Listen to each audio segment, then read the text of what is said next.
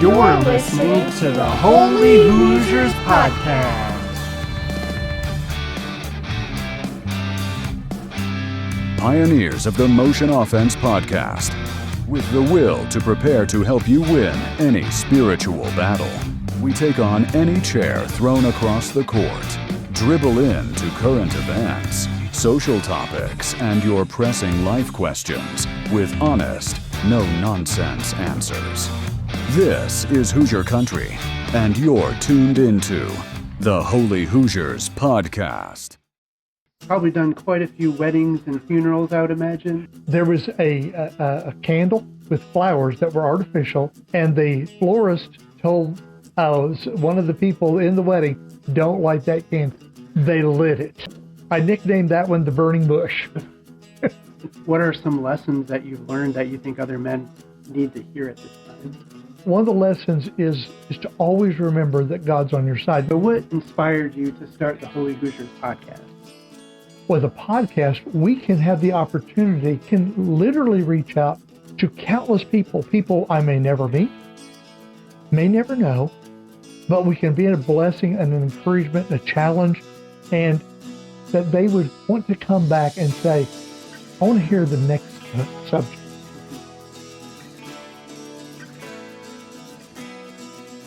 Hey there, Hoosier Country. I'm Paul, editor for the Holy Hoosiers podcast. We're excited to have you here today on this inaugural episode. We're going to be doing something a little different than our normal episodes. Today, we're actually going to be interviewing Pastor Mark. So first thing, Mark, before we get into actually the questions here, I wanted to ask you, June, if you're watching this later in the future, June's been a big month here for Indiana. We just finished up the Indy 500, great race, and now the Pacers are in the playoffs. So I guess what's your feeling about the Pacers? Are they going to have an opportunity here to take home the trophy? Well, I'm really hopeful that we do. I was excited to watch the end of the game last night, and it was really an exciting game. Yeah. I saw part of game 2, and their coach really made some changes in game 3, and I thought it was very successful. I'm excited about it because I go back to the ABA days, and the Pacers were the winningest team in the ABA. They won 3 titles, and I watched those as a boy. And so I'm excited about the Pacers, and I'm really hoping that they can pull this off. I know everybody here in Indiana is, so we're really excited to see the outcome of that playoffs. So what we'd like to do is just ask you a little bit about your personal background. Could you tell us a little bit about where you grew up and what your early life was like? I think my life was pretty typical. I think that most of what I experienced growing up was the typical American family. You know, I'm the oldest of my family and grew up here in Indiana, and it was a good time to grow up for me, and I was excited about that. When I look back on it and realize what I had, as a kid, you don't always appreciate everything. You don't always think about all the stuff that's going on good. You're just being a kid. But grew up here, loved growing up here, participated in sports, was a basketball player for several years in my schooling, and just love the game. And that's the idea behind us being called Holy Hoosiers, is that I've had a connection with that. And growing up here in Indiana was something that was basic. It was basic values, simple things that we had. What we had, we appreciated and we loved. The values of the Midwest and this whole area, as I've experienced it, is one where we have basic commitments. God always fit in our lives, and God was always an important place and person for us to seek. And so I appreciate my childhood, and I appreciate what I got out of all that. Yeah. So your dad was a deacon growing up. Is that correct? That's right. He was. I grew up in church, and the joke, and I stole this from another preacher. But the joke was that I had a drug problem as a kid. I was drugged to church every time the doors were open. Right. But we learned to like it and learned to enjoy it. My dad was a deacon, so he was very involved in leadership and in he filled various roles. He would teach Sunday school class. I think when he finally quit teaching, he had been teaching for somewhere between 30 and 40 years. So he had typically taught teenagers, and that was a passion for him. But he was always involved in church. He would fill in the pulpit and speak at different times. So I had that experience as a kid. Yeah, great. So could you tell us maybe your personal testimony? How did you come to know Christ? Well, I grew up in church, and with that in mind, I think it's like a lot of people. You grow up, you hear preaching on Sunday morning and Sunday night and Wednesday night. We were very traditional. And so I heard all about it. I went to Sunday school class. I was taught all the little stories. You learned about Noah and the ark, and you learned about David and Goliath and so many of the others. And so I grew up with that basic information. But when I was a young boy, my grandmother had passed away, and she had a lot of health issues, but she was always very involved in church, and she insisted she was going to be there no matter what else was going on. That made a huge impression on me. When she passed away, it caused me to stop and think about more than just people die, but it was about death was touching me. And I began to listen as I thought about death and everything, and I heard preaching, and I heard these things about Jesus and about his gift of eternal life, dying for us on the cross, and things started changing. I went from that kid that was hearing all this information, kind of resonating in my brain, but it was able to just kind of walk away and bebop through life. Yeah. That changed it. Yeah. It was like eternity's real, and now it was personal. And it was during that time that I really felt convicted of my sin, and I trusted Christ, and was baptized a few weeks later, literally in the wide spot in the creek. And it was really a good thing, and I look back on that with a lot of great memories. Yeah. So you've now been a pastor for over 45 years, is that correct? That's right. Okay. So what led you to become a pastor? Well, I can't speak for everybody, but my experience was one that I grew up with a dear lady that had prayed that God would call me to preach. And she didn't push it at me, but I knew it. And she wasn't a family member, but she might as well have been. We took her to church every service. She sat in the back seat beside me. She was just always gentle and loving. On top of that, then I went later, whenever I met my now wife, she had told me that she had always thought that she would marry a preacher. Well, I had not said to God I was going to be a preacher, and I was pretty sure that the idea of speaking in front of people was not my thing. And so I really wasn't headed that direction. The idea of going to school, getting a degree, getting a job, a career. But I went to Bible college for 1 year, and that's a long story, but the short version is I went, and while I was there, God began to deal with me about being a preacher. And I struggled with that because all I could see was my weaknesses, my inabilities. Sure. And I came to grips with the reality that God would supply what I didn't have. And anything that I thought I wasn't strong in was probably my opinion anyway, looking back on it. Mm-hmm. And he was really dealing with me very strongly about being a preacher. And during Bible college, I surrendered to preach. Instead of staying 1 year and going back to secular college, I stayed, finished my Bible degree, and began my pastorate right out of Bible school. Okay. So being a pastor for that many years couldn't have been easy, but you also need to have some help along the way. Who were some of the biggest influences in your ministry? Well, I was fortunate that my wife grew up, her daddy was a preacher. He had been a missionary in the South America, the city of São Paulo, Brazil, for over 30 years ultimately. He was always very encouraging, always very helpful, always challenging me to think. And he was an individual that I could go to with all kinds of questions. And instead of him giving me the answers, he would go, now, wait a minute, what do you think about this? And I'll give you 3 things or 4 things to think about. Mm-hmm. That influenced me to not just get answers, but to actually think about what I was doing, to think about not just what I wanted to end up with, but how I got there. So it made me a student. I had a preacher friend who's now gone to the Lord, and he passed away, but he was very influential in my life as well. And he maintained regular contact. We spent a lot of time between his family and our family, and always a very encouraging individual, very challenging, and just a super friend. And he made a huge impact in my life too. Great. So obviously during that time period, you've probably done quite a few weddings and funerals, I would imagine. Yes. Okay. So what would be one of the more memorable weddings and one of the more memorable funerals that you have done over your time in ministry? Okay. When it comes to weddings, there's several that are memorable. I've been honored to be able to officiate my children's weddings.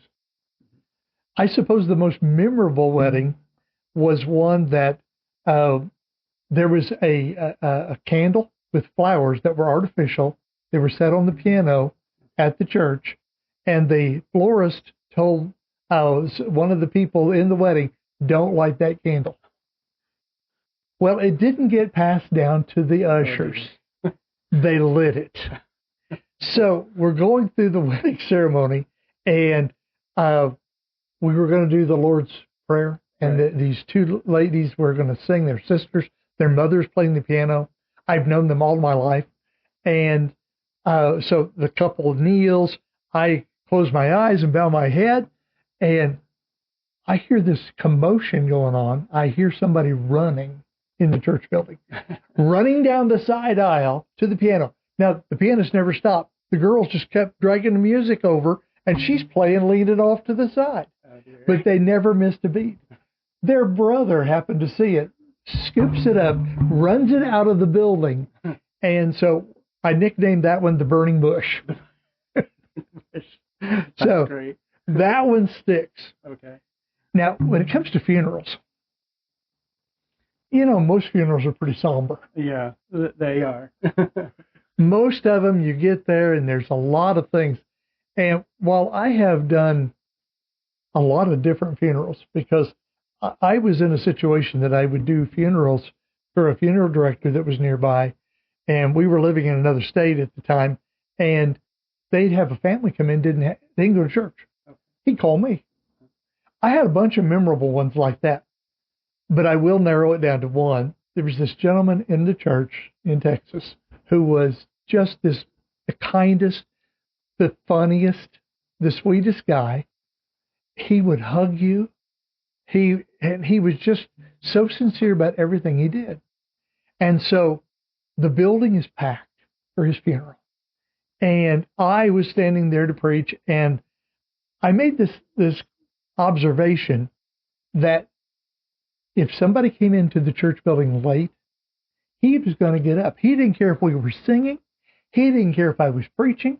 He was getting out of his chair, and he was going to go to the back and track these people down, hug them, welcome them, and help them find a seat.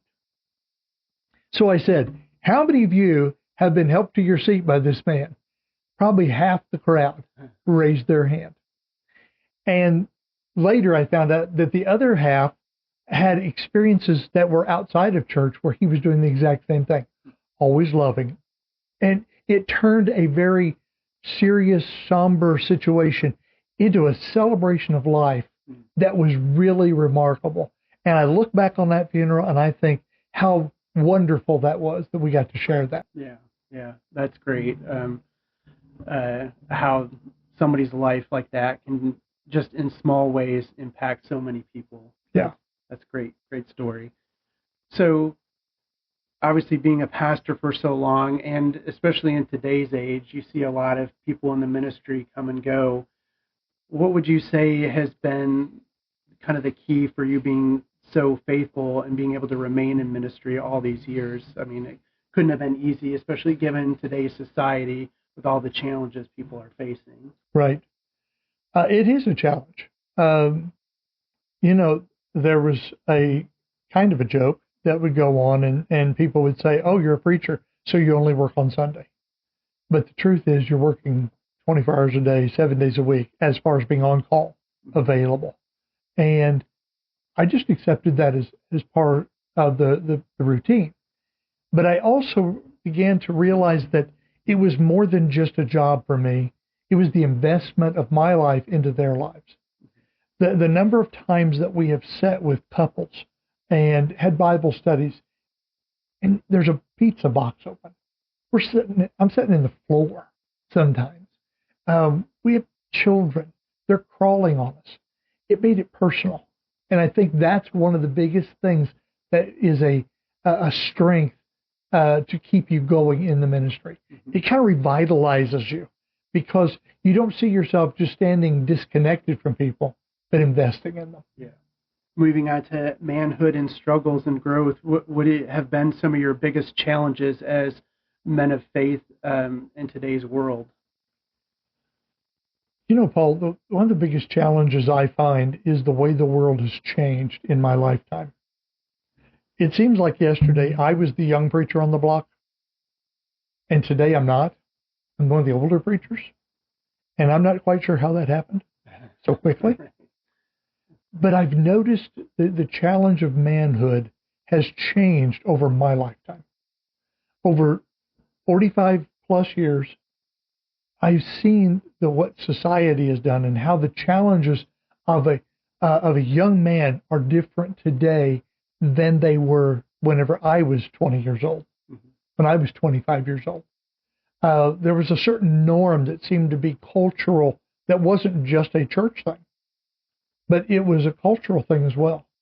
And today I find the challenge of manhood is one that deeply concerns me. I'm not wringing my hands concerned. I'm not, up in arms concerned, but it causes me to want to help. I find that the thought process for me, whenever I was a young preacher, we had young couples and we would do all these things with each other, is changed in the sense that I feel this greater desire to pour into a young man, to pour into his life with the idea of helping him and being able to have a clear vision of what he wants to be for God and how he can do that successfully and have a great time at the same time. Mm-hmm. So I see the cultural changes are a challenge to him, but I'm kind of adjusting myself to the idea, okay, if the challenges have changed, I need to rise to those challenges. Mm-hmm. So that's part of this podcast. I really want us to be able to address things that are question marks or challenges or just curiosity, people trying to make their way through life. What are some lessons that you've learned that you think other men need to hear at this time? One of the lessons is to always remember that God's on your side. And I know that sounds cliche, and I know that it kind of sounds like, oh, well, you're a preacher, you should say that. Right.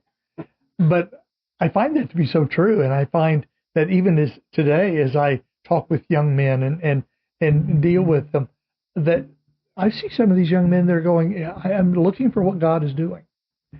And I want them to know that, but I also want them to know that they're not alone. The podcast may not be personal where I'm sitting in your living room, but I want it to come across that I know you're not alone. And if we can help you, if we can encourage you, if we can dispense information that kind of is relevant to what we deal with right now, mm-hmm. that you won't feel alone. And we can also encourage people to engage themselves with other young men for the same purpose. What would you say have been the spiritual disciplines that have made the biggest difference in your walk with God so far? Well, I think there's two things. One of them is simply reading the Word of God. I grew up with it. But how many times have I read through it? I'm sure you're the same way. Mm-hmm. And you've read something, you've read it 10 times. Yeah. 100 times. And one day you're reading it and you're going, I never saw that. Mm-hmm. The book is so alive that what it does is it speaks to the reality of us. It's real, it's personal. And I want to read the book. And by reading it, I familiarize myself and repeat that process. The second thing that's helped is diving in and studying, trying to dig into it, trying to understand how does this fit together? Because as the Bible unfolds from the beginning to the end, it has all kinds of questions. It has all kinds of curiosities. Yeah. There are even a couple of books in the Bible that end with a question mark. Yeah. And it's like, the more I study, the more exciting that is, because it's like you're a gold prospector and you found gold. Mm-hmm. And I think that those are two disciplines that have been very important. I also do a lot of extraneous reading, and I as you can see behind me, right, a few books. I got a couple of them there. Right. I want to be challenged by other people, and so I may not agree with everything, but I am blessed by it so much. I find that these are tremendous tools. Great. So switching gears a little bit and kind of looking at your personality and get to know you a little bit, what are some things that you're passionate about outside of faith, maybe sports, hobbies, and music? Well, sports have always been, one of those hobbies. I told you earlier that I grew up playing basketball. Mm-hmm. I love the intricacy of the game, and to me, it's both entertaining, but it's also a challenge that is a positive for me. Mm-hmm. I played basketball for years. I played, softball with guys in church, and played all kinds of things like that where I love doing it. So I've always had that as something that I've been involved in. Even coached in a junior high for 5 years, and got to coach some of my kids. Mm-hmm. And so that is one. I have another hobby, and that is I love to read, and not just religious books. I love to read old Westerns. Okay. My grandmother collected a whole series of one author's Westerns, and I have been blessed and privileged that it's come down the family line, and I have those books. Very nice. I love to read those, even though I've done it many times. Yeah. So I enjoy sitting down with a book. I enjoy reading. Yeah. And by the way, I am transitioning. I am even reading things online. Okay. So well, don't mind that. Right. So if you had one message to pass on to your younger self, what would it be? I think that I would challenge myself to be more thorough in my studies. And what I mean by that is, and I think that it would be hard to send this back in time, because some things that you learn, they're because of experiences that are happening to you in that present moment. Mm-hmm. But I have run across some things that my late father-in-law challenged me to read a couple of books. I read them, and it was like, wow, my eyes were opened. It was exciting. And I thought, and I wish I'd known this 20 years ago, 30 years ago. And some of the challenges of deeper things where in your studies really kind of get a hold of you. I think that that's one thing. I also think that it's very important to never fall into the routine, and that's the challenge. The older I get, old preacher that I knew, his young associate walked in and he was throwing all of his old sermon notes away. He says, I can't rely on my old notes. I have to study. And that's something. I collected all these notes back when we printed or wrote them out by hand. Right. And I remember that guy's illustration in recent years. And I don't go pull out old sermons and preach them very much, hardly ever. But it's one thing I would tell my younger self: don't ever stop studying. So you've been known to tell a joke or two from time to time over the years. What's your favorite dad joke? My favorite dad joke? Well, we're going to have Himalayan rabbit for stew tomorrow night. Sounds tasty. Yes, Himalayan rabbit. We found Himalayan alongside the road. I know, dad jokes are corny. Right. We love them, though. You can't get enough of them. That's great. So how would your friends and family, or even the church congregation, describe you and your personality? Oh, that's dangerous. to presuppose that. I think this is fairly true, but I hope it's true that both family and friends would look at me and say that I'm trying to do two things at once, and I believe they're compatible, but I'm trying to be real. I want to be genuine. I want what you see is what you get. At the same time, I want to mix. I want to have fun in life, and I also want to be serious. So I want those moments where we can sit and joke and laugh and talk and everything and just be buddies. I also want that moment where we can sit down and say, well, what does that really mean? And have those serious moments and the serious challenges. And I want that balance to be true, and I hope it's true.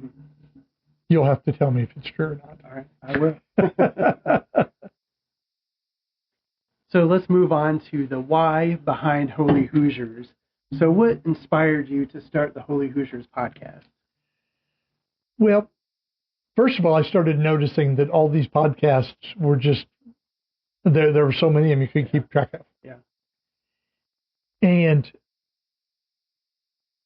there's so many people that over the years, back in the early part of my life and preaching, we recorded all the sermons on cassette tapes. Yeah. And then usually we would buy a duplicator. So you put the original in and you get 3 out.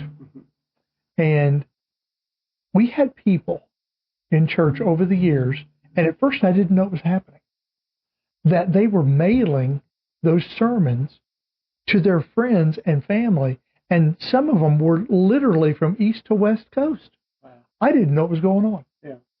And until I got a letter from this individual, I didn't know the name meant nothing to me, and opened it up, and it was literally on the northwest side of the country.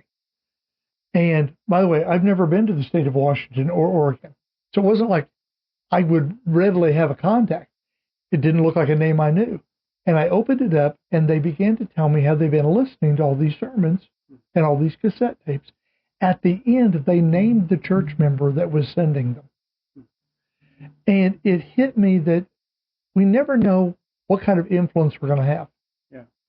Well, the idea of a podcast, that story literally stuck in my mind and from the past.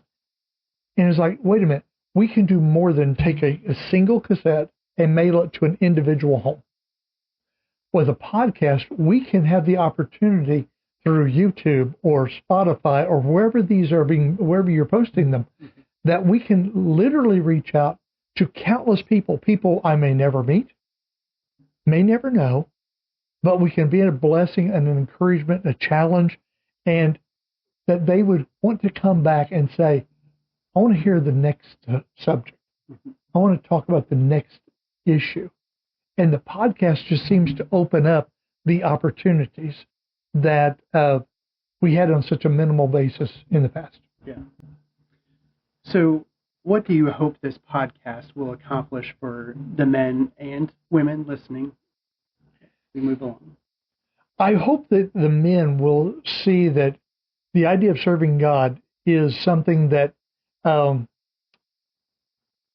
sometimes people think if you're religious, you're kind of crazy or you're a fanatic. Right. But I hope that men, as you're listening, you'll be able to say, wow, we're talking about real subjects. We're talking about real issues. As you and I have been talking back and forth, and you've shared with me several subjects that are so relevant to not just men, but women, but primarily men, that we want to address some of these very relevant things that we can help with. I'll just pull one out of the hat here. We're going to talk about what anger does to us and how, as a man, we can be frustrated. And I hope to address things not in cliche, but in just, let's bear it all. Let's be vulnerable. And let me lay out how this is real, how it can be used, and how it can take us down. And so I hope that young men will listen to that kind of subject and a whole list of subjects. And we can talk about how it works and how that they can have success. So how do you see God using this platform in your own life as well? Well, the thing is that after 45 years, you would say, well, he's probably seen most everything. And about the time I think that, I get surprised. Right. And also, there's the reality of it comes down to this. I don't want to rest on my laurels. I don't want to rest on past experiences. I want to keep learning. I want to keep helping. I want to continue being a blessing. And so what it's doing for me is it's sharpening me to think about subjects that maybe weren't as prevalent 45 years ago, but they are now. And I need to know that. I need to be aware of it because I want to help. I want to be able to address it. I want to be able to ask questions, answer questions.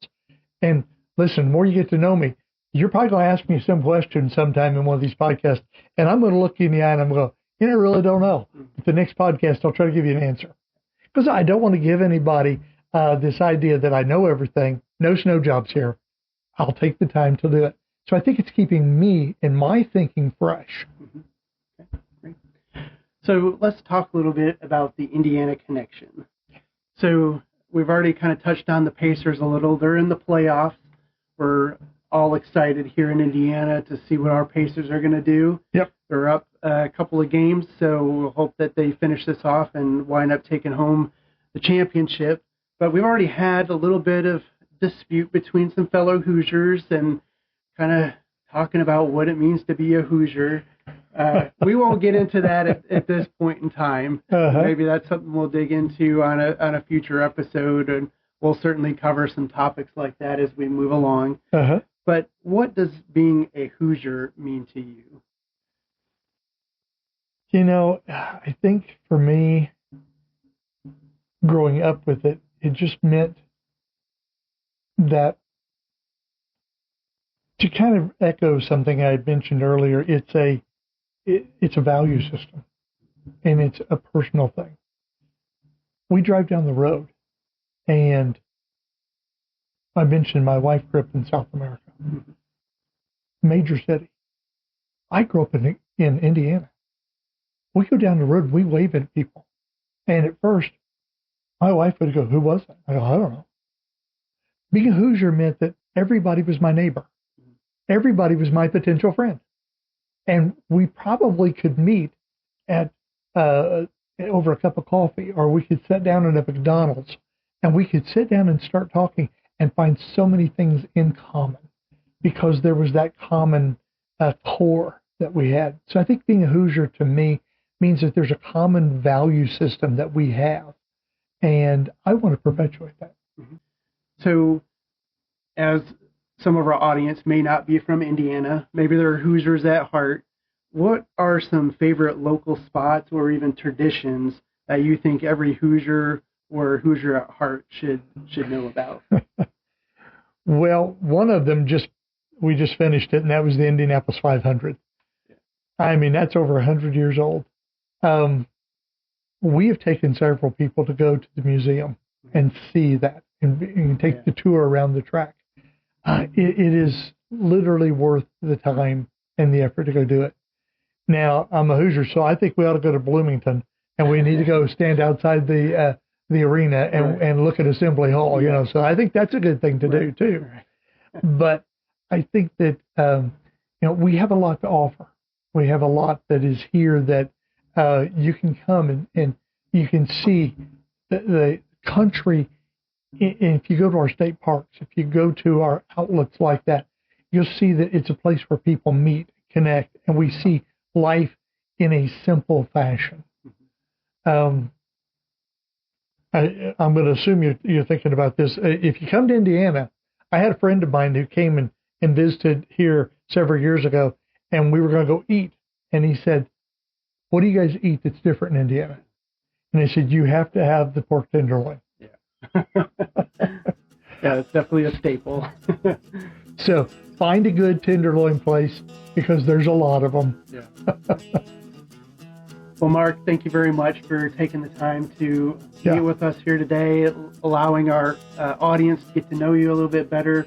We're super excited for the Holy Hoosiers podcast and to be able to just dig into subjects that we know will be of importance to men, and we really look forward to what's to come. So thank you for your time today. And thank you. I appreciate it. We'll look forward to seeing you soon.